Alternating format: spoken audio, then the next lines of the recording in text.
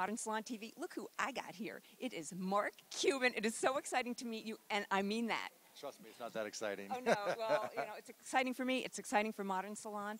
You just did the whole beauty pitch, and you picked somebody who, everybody in the audience was agreeing with because they did such a great pitch. Why did you go with them? Wasn't so much the pitch. I mean, they all did a great job pitching. It was the fact that they had something that I thought was truly different.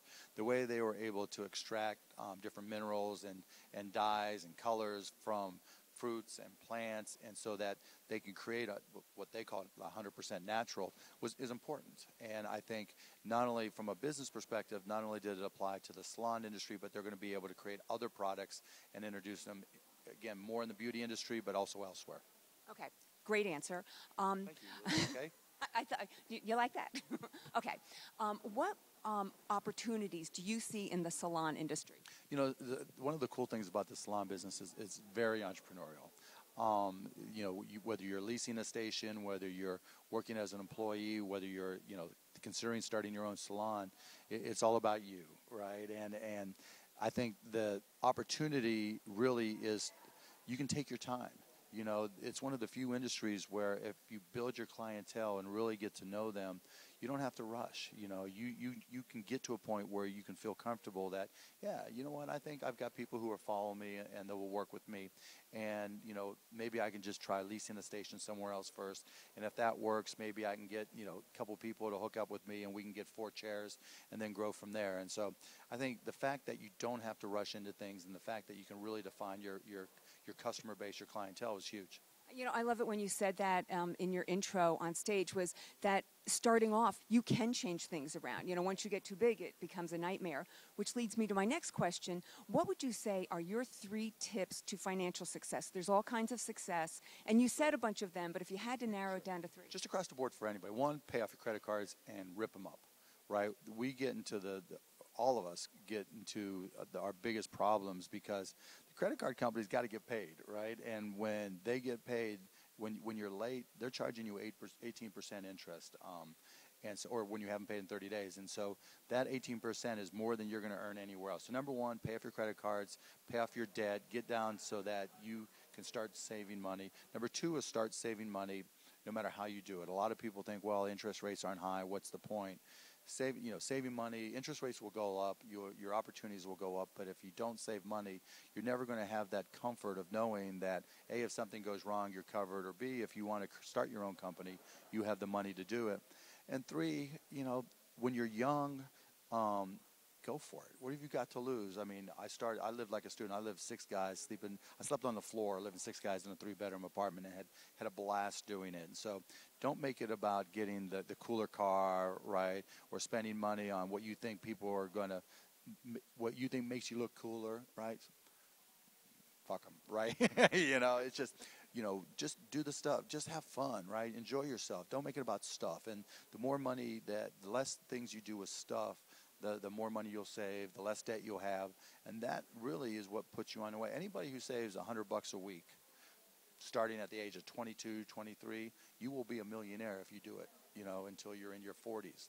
And so just having that, just not spending on something so you can do that savings is everything. All right, well, that's 3-ish. Is there any book other than, the one obviously you've written, but any other books that you think people in the salon industry should read?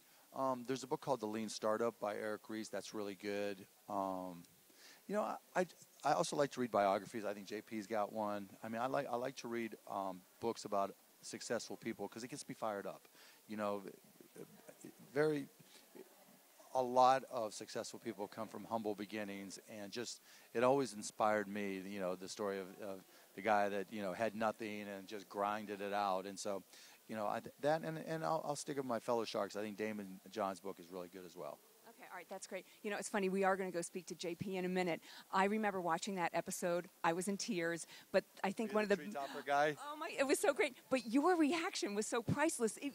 Try and do it again. Your reaction when he went for it without any negotiating. I don't even remember. Oh, it was like, it's like you're not playing the game. No. Obviously, I'm the exact opposite. I don't care about the game, right? For me, look, whatever JP saw in him, great, right? Because there's been plenty of times where it was about the person. You know, when you go, if you go on the CosmoProf slow floor, you're going to see, you know, Megan Gage, who has just been grinding hard with Hot Tot. It's an amazing product for children's hair that my kids use. I make them, they use it because they love it. And it's just, she's a perfect example of somebody who just step by step by step, just growing, you know, adding $1,000 a week in sales is just a huge step. And she's got through there, now adding $2,000 a week and then $5,000 a week.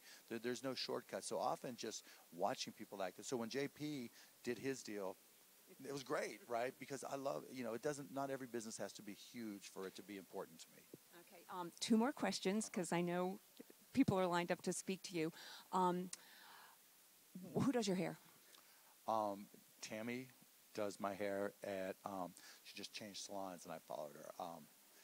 Used to be Craze. I forget the name, but I just love it when people give an opportunity to, giving people an opportunity to shout at their hair. Yeah. Tammy Kettle, I love you. You're the best. She does it every time. And her sister, when she's not available. So, yeah, Tammy Kettle, you know I love you. Okay, and then my last question is, people say, why is he there? Why are you here? Other than doing the beauty pitch thing, are you here for any other reason? No, wherever there's entrepreneurs, I like it. And the honest answer is, in talking to Scott, it created the opportunity for a lot of my Shark Tank businesses that are in the beauty industry. So it was, you know, I said, look, if you get them floor space and you let them come out here and talk to people and network, then I'll be part of the panel, because I want to try to help my young entrepreneurs. Oh, it's so great. Well, we're excited to see what you're going to do with 100% Pure. Excited about everything that you're doing, and such an honor to meet you, and a pleasure. I appreciate that. Yeah. Thank you. Right, Thank great. you. Thanks a lot. We'll see you. Bye.